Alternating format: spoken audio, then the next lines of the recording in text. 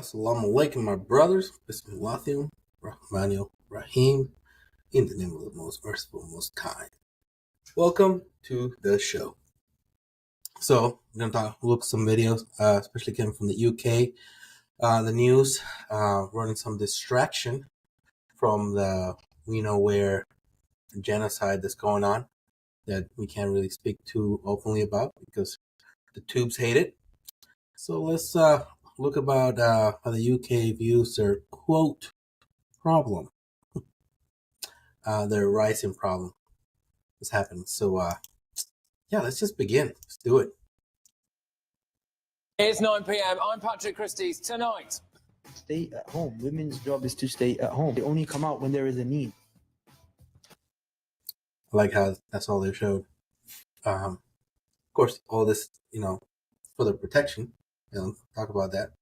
I don't know if you noticed, the world's kind of crazy, especially out there in the UK, in other places here in the US. Gas station down the street where I live at. I don't know how many times cars getting stolen, people are getting vandalized. I work at one, and a lot of times women are getting assaulted. But we're just going to ignore that. That whole process. Okay. Some Muslims back Hamas, want Sharia law and women to stay at home. Devastating polling reveals the truth. Also,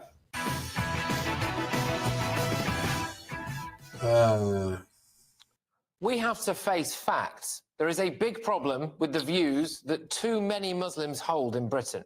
Here are those facts. What? Woo! Let's go. Here are the facts. Only 1/4 actively don't want Sharia law in the UK. 52% want it to be illegal to show a picture of the Prophet Muhammad. 57% want halal food to be compulsory in all schools and hospitals. I am saddened by how weak the Ummah has become, that only 23% want Sharia law.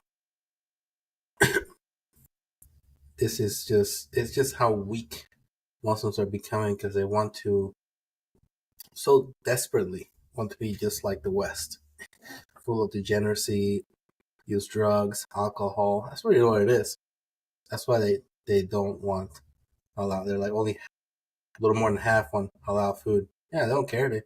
They like to gorge themselves with the garbage that they see the other people doing. They want the same thing. They want to see, they want to respect all the prophets. They don't care because they're weak and pathetic, and they still somehow call themselves Muslims. Only 28% are opposed to making homosexuality illegal. On homosexuality, it's hardly surprising. It's actually extremely surprising that only 28%, should be 100%. And Judaism and Christianity are both 100% say the exact same thing. Actually, a little worse when you look at the scriptures of the, all the New Testament. Only 28%. Are they really Muslims, or are they? I mean, come on, are they really? Are they actually talking to real Muslims, or it's one of those? I'm Muslim, but don't really pray. One of those that, my parents are Muslim. I think that's what it is. Their parents are Muslims, and kind of like what Christian people say. They're like, "Oh, I'm a Christian." Wink, wink. When you've got people spouting stuff like this online. Be sitting next to a guy who's going to go and penetrate and sodomize another guy tonight. And you're gonna expect Allah to give you victory because you're standing next to a guy who's going to literally insert his genitals into another man's back passage. I've spoken to many atheists who probably feel the same way, or worse. There's plenty of people that feel the same way. Christians. I mean, I live in the South. They're Christians who hate homosexuals more than they do, more than he does. In fact, there's probably a few out here that will want to lynch old school style homosexual men. They're going to pretend like that doesn't happen. We've spoken a lot on this show about the desire for a Muslim political party. Well, it turns out that only 16% of British Muslims would be opposed to that. Hamas is a prescribed terror group. They are a terrorist organisation. Well, 46% of British Muslims have more sympathy for Hamas than Israel. Who are these Muslims? I mean, are we really that weak as a ummah? Are we really that pathetic? They don't see the children getting bombed, destroyed, and into pieces. Like, what? Are they actual Muslims down there, or are they just talking to some Christians, or what? Like, what? I don't understand. They actually spoke to real Muslims? And the whole Hamas. The person who does anything against the law, the Sharia law, should be punished. That's it. Simple as that. All of Hamas being evil. I don't know. I don't know every single one of them. Just like I don't know every single person, any single Jew. I'm sure there's good ones, bad ones. There's good Christians, bad Christians, or good atheists, bad atheists. Like I don't know. There's a conflict that's been there for over 70 years. I've been oppressing them. What do you think is going to happen? Muslims are either pathetic or they just put their hands in the sand because they want to gorge themselves with garbage and just be fat and in a couch. And only a quarter of British Muslims apparently think Hamas committed rape and murder on October the 7th. Except for the fact there's a whole bunch of journalists, including in Britain, who have shown that to be completely and utterly false. It was a lie and then some. Weird. This is stark. But here are the statistics that show that unless something changes, Britain is frankly doomed. Here are the stats for young British Muslims. 18 to 34-year-olds tended to have the most extreme views. 53% of them sympathise with Hamas, apparently. They are the most likely to want to make Islam our national religion. And they are the most likely to want to impose Sharia law. So the parents of those Muslim kids can barely call themselves Muslims. I guarantee none of them pray anymore. They probably drink alcohol. They probably eat pork. Because if their kids are the ones that actually want Sharia law, they're probably the ones that are actually practicing. And the parents of all those kids are just garbage Muslims who don't pray anymore, who are just fat, eating from, fast food all the time on it. They don't ever wake up for 6 o'clock for Fajr prayer at all. They don't read the Quran at all. They probably don't even have a copy of it. Guaranteed. They probably got Islam from YouTube, watching commentators on it, because if it's the kids they want that, it means the households, whoever the head of the household are complete garbage as Muslims. And I'm okay with saying that. I'm completely okay with it. They are garbage. I think this is probably the nail in the coffin for integration and assimilation. It also appears that Muslims who were born and raised in Britain, who had exposure to our way of life and our culture, are more likely to have more extreme views. So what is happening there? It's very simple. I mean, what is happening there? Well, let's take a look, shall we? If you look at it, what do you guys have to offer? Christianity there's nothing there on it, nothing but the how would we call it, the alphabet league on there. Women and men have no direction on it. Women are just toilets. Men are told to either castrate themselves or to sleep around on it. Families are destroyed. I mean, West doesn't provide anything of relevance. It's all gamble, interest, drink, sleep around. It's like become a degenerate as much as you can, and there you go. Yay for the West. Islam talks about accountability, respect, and path to worshiping the one true God. I suspect that viral videos online are penetrating and poisoning young minds more easily than traditional hate clerics in mosques ever could, for example. We have young, high-profile Islamic scholars appearing to justify having sexual relations with children. If you look just at the Quran, this is so pathetic. Yeah, having sex with children. Let's look back on it. Jewish. If you look at the Jewish law, Abraham's wife was 3 when they got married. In England, a 7-year-old, old enough to be married. During the time where Christianity was still there. In the Bible, people need to look at Paul's writing, which even says that as long as the woman has bloom, which means as long as she's had her period, that's it. That's it. That's all. There's no sin. There you go. Puberty has been a thing that marks what's the quote age of consent, which was something. This is new from Judaism, Islam, and Christianity. All of them say the same thing. But yeah, we're gonna ignore all of that. you will get the indication that you can have sexual intercourse with a 5-year-old. No. The reason why it's haram to have sexual intercourse with a 5-year-old is not found in the Quran at all. If you just read the Quran, it is halal. It would be halal to have sexual intercourse with a 5-year-old. Chapter 65, verse 4. Allah subhanahu wa ta'ala tells us who you can divorce and who you cannot divorce.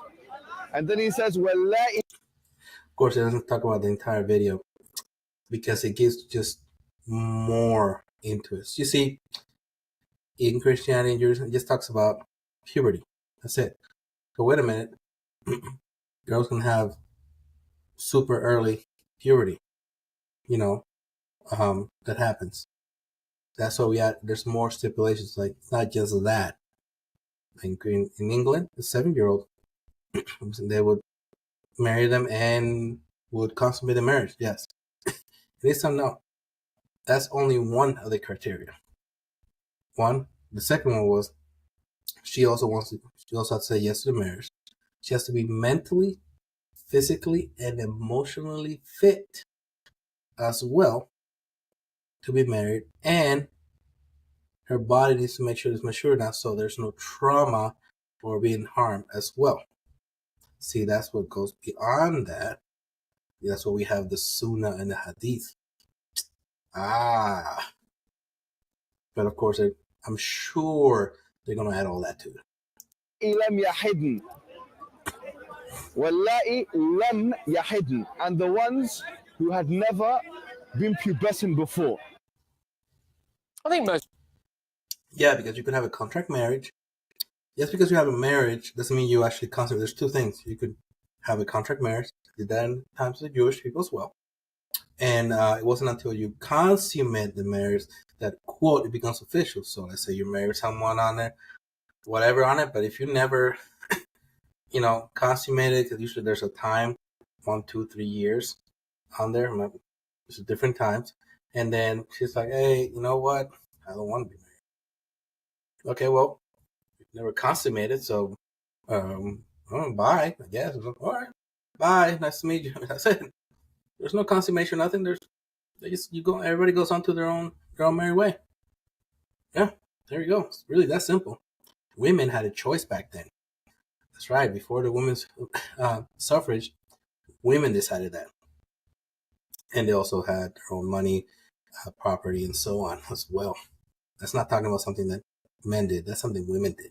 That's right. You could be like, I don't want to. And then you'd be like, oh, well, I can't force you, so goodbye. Most people will find that concerning. We have people preaching about women being whores.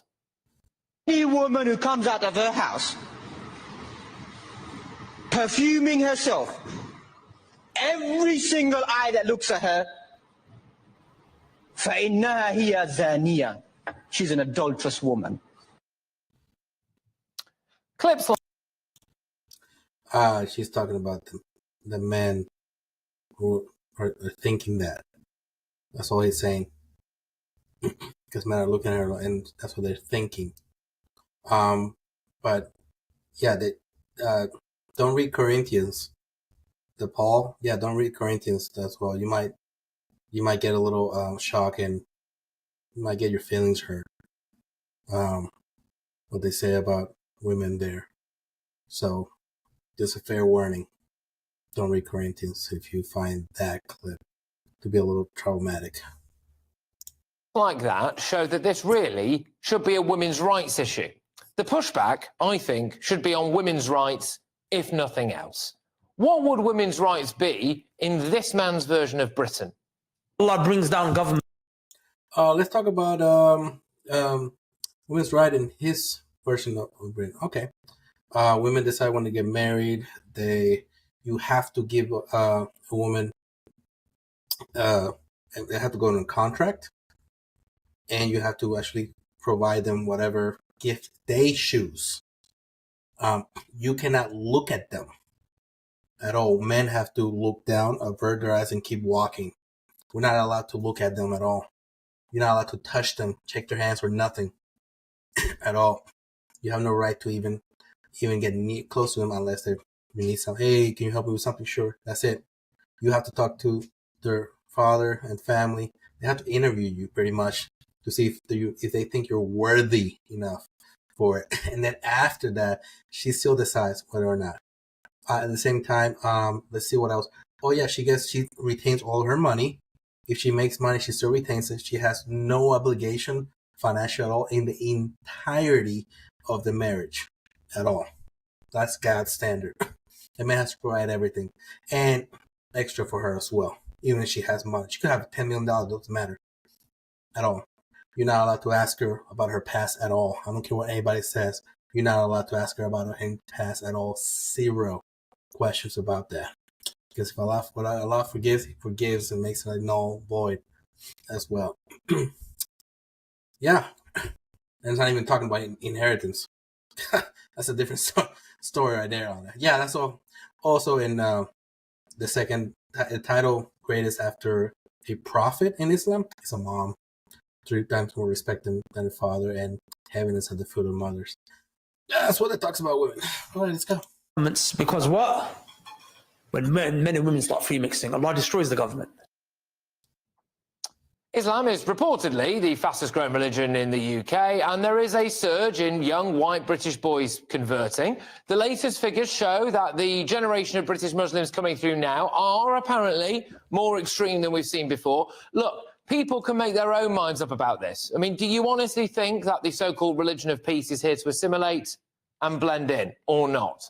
Well, let's get the thoughts now, and I'm looking forward to this, with Abdullah Al-Andalusi, who's co-founder of the Muslim Debate Initiative. Look, thank you very, very much. I know a lot of people, myself included, are concerned when we see figures and stats coming out like that. Is there a concern with assimilation? Do you think assimilation has failed? I think you've perhaps forgotten the supposed traditional values of Britain. Britain is not meant to care what you believe. Mm-hmm. Many of the beliefs that you've cited from Muslims have held by traditional Christians, Jews, and many other religions in the society. In fact, for the majority of English history, they've probably been more aligned to Muslim views than your post-Christian, more atheistic, secular worldview. Oh, have we still got him? I think we might have lost him. I'll just double check. Yeah, brother. You spoke. You mentioned Christian and Judaism being the same, and your camera doesn't work. Yeah. So yes, actually, yeah. Why don't you guys look back in the history on there? Yeah, women have 0 rights under Christian law. This is 0, completely and utterly on there. Not even talking about the Salem witch trials and everything else. They even debated whether or not women had souls. That's a true thing. But yeah, apparently, yeah, they're, and let's not talk about all the rape, carnage, and genocide that Christians did on there. But right, integration, right. Sorry, I'm not sure if we might have lost you there. I'm just going to ask you another question just to make sure. Do you think it's a concern? Have we lost him? Okay, all right. Well, look, let me go to my panel. That's a shame. Hopefully we'll try and get him back. Let's get to my panel now. Daily Express columnist Carol Malone, journalist and broadcaster Benjamin Busworth, and political commentator Suzanne Evans. Hopefully we'll be able to bring Abdullah back very, very shortly. But look, Carol, I will start with you on this now. I think there is a concern, isn't there, when we look at some of the statistics that we've seen there about the number of people, for example, who would like to make it illegal to show a picture of the Prophet Muhammad. I mean, that's his blasphemy laws, isn't it? That's to do with... Yeah, they shouldn't show a picture of any of the prophets at all. They shouldn't have images of it. You're supposed to believe in the also the first commandment. But why? All prophets. Why you have to show pictures of them? All the saints and stuff. No, there's no. They don't put images up. You're supposed to worship one God. Remember? Yeah, absolutely. I'm shocked by what I just saw there. I mean, those people should be behind bars now. They're advocating sex with 5-year-olds. My God. Yeah, for the people who... Yeah, that's not what he advocated on. He was saying that without the Hadith and the Sunnah, that's all it will say. Like, it's not clear. But then the Prophet went in and actually expressed other reasons on it. And it's weird because they're sitting in a country where a 7-year-old was being married and consummated by the church. Weird. All right, let's not talk about that now. All right. Who wants Sharia law? You know, Sharia law directly undermines liberal democracy. It's an... Absolutely, yes. It does undermine all this liberal stuff on there. Absolutely. On there, there's no flag movements. There's no alphabet movements on there. I'm sorry. You have to give money to charities. The poor cannot stay poor. Hungry cannot stay hungry. I'm sorry. I know it's devastating. Parents should be taken care of when they're old. Yeah, it's disgusting. I know. No gambling, no drugs, no alcohol, no prawn. I know. What? Disgusting. I know. They get rid of all of that. No interest. All the banks just go away. No, what? No usury. Oh God.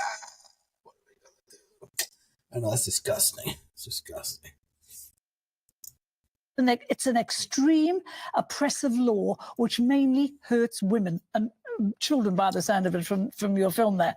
You know, it has no place in this country. These people, you know, who are advocating this, they you can't have two laws running in one state, because what they want is a state within a state, and that's called a caliphate, Patrick. All right, we're just going to park it there because I believe that we can just bring it back in now. Abdullah Andalusi, yes, thank you very much. Sorry that we lost you there for a second.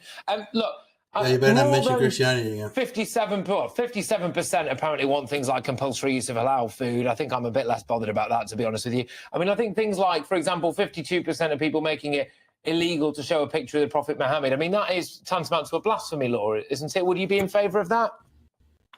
Well, Britain had a blasphemy law, actually, only until very, very recently. It was against the law to blaspheme the Trinity, and so on. So this was actually part of the British statute, traditional British laws for centuries. But not that now, no?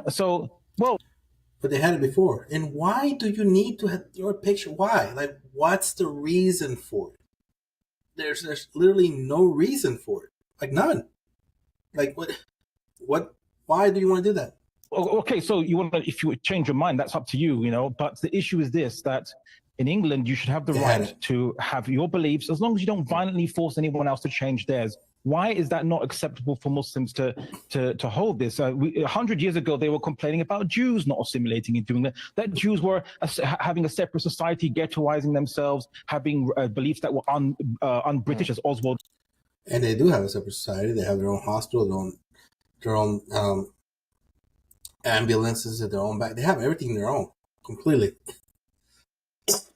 And nobody seems to bat an eye to that. Mosley, the Union of British, the British Union of Fascists leader said, and now we're having repetition of the same arguments, but now it's the Muslims' turn to be asked these questions. Can I just ask, is that fundamentally true, though? I mean, when I look at these things now, like younger Muslims are the most likely to sympathise with Hamas, which are a prescribed terror group, or that younger Muslims are most likely to want to... Yeah, and not too long ago, the movement that was happening in South Africa, remember that guy that made a movie about? He was in jail for many times. Why don't you guys look that up? They used to call him a terrorist. Yeah, the guy who got Nobel Peace Prize now, they made a movie about. He was in jail for this time on it. While they were making the movie, he was still on the terrorist watch list. So look it up. To declare Islam as their national religion. There is, I think, a concern that potentially the younger generation is becoming, dare I say it, more radical. No, a national religion, not the national religion. Look at the questions that was asked by the Henry Jackson Society, a society whose associate director, previous one, Douglas Murray, was famous for saying that conditions for Muslims must be made harder across the board. Some might say that it's an attempt at race baiting a religious demographic whose opinions are shared by many across the British demographic spectrum. I do think that this poll is a red herring to divert people's attentions away from the more pressing issue of a current genocide and 40,000 dead Palestinians. There it is. Thank you, brother. Thank you. Of course. Why that all of a sudden now on it? Guys, Sharia again. Every time they want a distraction, they have to say the Sharia word. People just freak out. Oh no! Oh God! I need my beer and pork. Oh, let me go gamble real quick and watch some prawn because they said the S word. As well as UN reports of systematic rape of Palestinian women by the Israeli Defense Force. Is it okay to have people at Speaker's Corner saying that the Quran justifies you having sex with a 4 or a 5-year-old?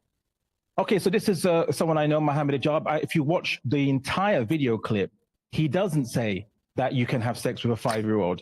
He then makes, you've cut it. Continue seeing. Oh, what? I am sure he knows nothing about it. What? There's a whole video? Are you sure? Are you sure? Wasn't that just a little bit? Here. Are you sure? Yeah, look at his face like, what? There's more to that video? Nonsense. Sharia law. In the rest of the clip, he actually explains that when you look at the other evidences that Islam has, it is clarified the age limit when you can have when you can get married to somebody. What is that age limit? Well, in traditional Islam, as well as in Judaism and so on and so forth, it is puberty and mental maturity. So once you have mental maturity and the body is physically capable of reproduction with no health issues, which can depend on the individual and society and what have you, then that's there's no hard and fast. It must be 16 or 18 or 20. Is that what would happen then? So yes, under most that'll be the minimum. Here's the thing though, under Sharia law, that's the minimum. 1 has to be puberty, and 2 mental maturity and all that. But there's another speculation on it. It even states that laws that are inside are culturally part of it. For instance, culturally, if it was 22, then once Sharia law comes in, because it doesn't go against the Sunnah, it doesn't go against the Quran, it'll stay 22. There's no reason to change it. Under Sharia law, would the law of the land be that interpretation? Because only 1 in 4, apparently, Muslims say that it would be undesirable to have Sharia law, which the implication would be that they would be quite happy to have that in this country as the law. Well, when you ask a Muslim, do you want Sharia law, you're basically asking them, do you want to live under, like you're asking a Christian, do you want to live under Christian values? You're asking a Jew, do you want to live under Jewish values? The Sharia law only applies to Muslims. It's never. Yes, it's the same. Christians have a Sharia law. Thou shalt not kill, like not stealing. If you ask Christians where that comes from, they'll say it comes from the Bible. So anything that comes from the Bible, meaning those are things that they cannot do, and you put them inside a system of actually they had it, like when the Pope was in charge. Yeah, supposedly all those that's the Sharia law. The Jewish people, their law, the Torah, the law, that's their Sharia law. That's the name of it. It's just the law that comes from God. Ever applied, even for the medieval Islamic caliphates, It never applied to Christians, Jews, and others. It's only for Muslims. There's no point making Jews and Christians follow Sharia law. It's not going to improve their Muslimness, right? So the case is that Sharia law is only, Sharia, so because the word Sharia just means law. Sharia is only for Muslims, and of course Muslims want to live. Well, even myself that, right now, I'm even if following that Sharia I'm law, following Sharia by being polite and. Yes, the Sharia law only. That's why the zakat that we have to pay. I hope I said it correctly. We have to pay that charity. It's only a requirement from Muslims. That's what there was a tax that they paid, others paid, non-believers, and it was just mainly so we could protect them, and it was only people that could fight on war. So technically, they were just paying not to be enlisted in. I would call that now enlisted in the military. That was it. But no, they have their own laws. Now they're not allowed to break ours in the sense where they can't erupt, statues of other gods. There's certain things on it, but they have their own mosques. They will have their own courts. That's right. Under the caliphate, Christians and Jews have their own courts as well on it. And sometimes they will bring other people, bring Muslims to be third party, educators on it. But that's another here and there. But they have their own laws on it, as long as it doesn't go against ours. We're not going to open up, you're not going to do some crazy stuff out in public. But even in places where there's not 100% Muslim country on it, they will have section of parts in grocery stores where they will sell things like non-halal food, like alcohol, pork products and stuff on there for the other non-Muslim. Yeah, that's a thing. That's completely a thing. I do appreciate what you're saying. I do understand what you're saying, and I do really appreciate you coming on. I do want to just drill down on this as the final point there, which is that if we do have only 1 in 4 people saying that it would be undesirable to live under Sharia law, and if under Sharia law it would be okay to engage in sexual acts with someone of puberty or mental capacity, do you not think that's a concern? You better not go to Spain or Japan. I'll just have you guys research age of consent in Spain and in Japan. I'm not gonna say anything else after that. I'll say that one of them is a Christian country, the other one, Japan. It's I don't know what they call it. I think they're atheists or something.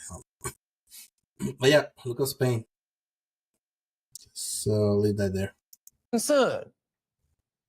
Well, you're saying it's a concern if you have a law that allows people who are both mentally mature, so they're mentally adults, and they're physically adults to engage in consensual relations. So what would be your contention against that? Will be that the law of the land at the moment is that you have to be of consenting age, which would be 16.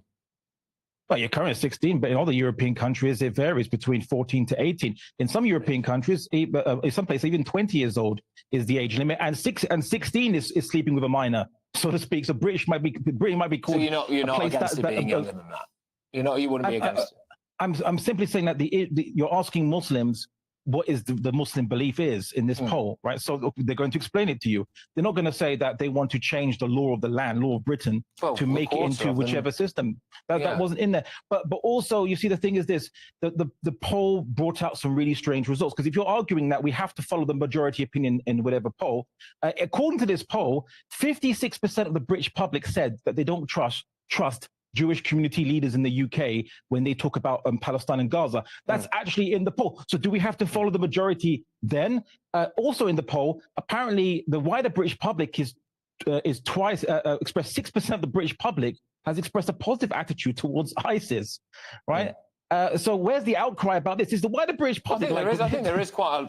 To be fair, I think there is quite a lot of outcry on that. I mean, I've certainly expressed a lot of outcry about that on the show. But look, thank you very much, Abdullah. I would like to talk to you again, and I hope we can do that. So, Abdullah, completely decimated him.